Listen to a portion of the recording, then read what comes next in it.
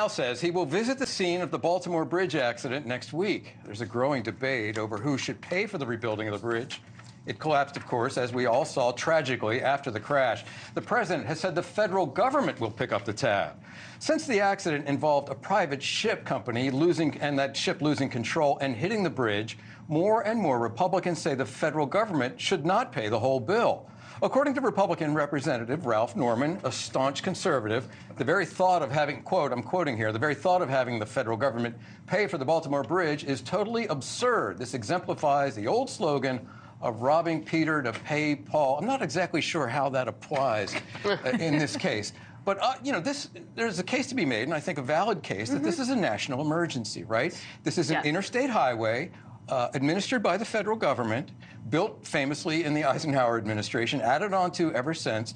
There are billions of dollars at stake in U.S. trade, supply chain repercussions. Who should pay, Aaron?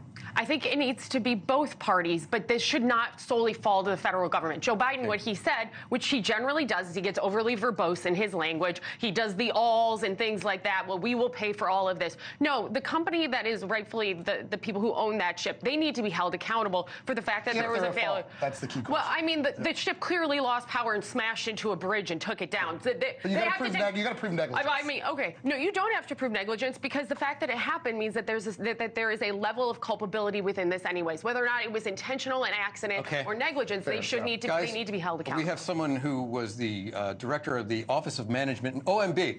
The M stands for management, the B stands for budget. He knows how this stuff works. Let's bring in Mick Mulvaney. Mick, how is this going to play out over the course of, I guess, months and years? It's going to be a billion-dollar project, more than billion with an S.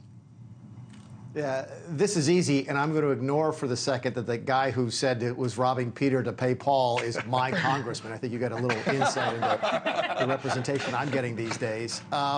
This is an easy one. The federal government's going to front the money, and the federal government should front the money. This is so important. We will pay for it now and worry about who ultimately pays for it afterwards. You cannot stop any of the work. In fact, the Biden administration did the right thing today.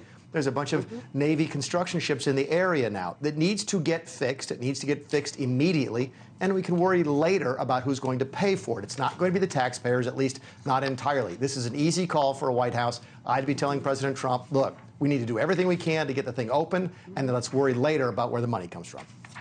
Right, and Lee, I think we're going to hear growing voices when Congress gets back from their 2-week recess, I guess, next week. Are they going to get any traction whatsoever on this? Yeah.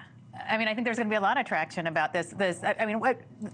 To be clear, I think that there's going to be a lot of debate about this and who funds it. I think that Biden misspoke for sure, that he shouldn't have said that they're going to foot the bill, and I think we're going to see all kinds of arguments and debate over this and how's it going to be addressed. But the bottom line is we've got to get to the bottom of culpability. We've got to get to the bottom of this, and there's no way the federal government's going to foot all of it, but I couldn't agree more. Federal government has to do everything they can. To the president's credit, what he said is we're not going to wait. Right, and so that's a very different than because we're going to pay for it all. Yeah, well, he said, but he says we're not going to wait. We're going to pay for it all. And then his people came back and said, which is very typical of the Biden administration, where he said something that his team has to come in. On the fundamental question, but he didn't say anything wrong. He just didn't present it. Point of historical context: that I-35 bridge built in 14 months, the one over in Minnesota in 2007 that collapsed. Of course, it wasn't hit by a ship, and then, of course, famously, the Philadelphia Bridge was erected in like 2 weeks after that tragic fire. It's unbelievable. Having a one-seat majority in Congress may be tough to pass anything right now. All right. Thank you for watching, and make sure you go to joinnn.com to find NewsNation on your television provider. And don't forget to click the red subscribe button below to get more of NewsNation's fact-driven, unbiased coverage.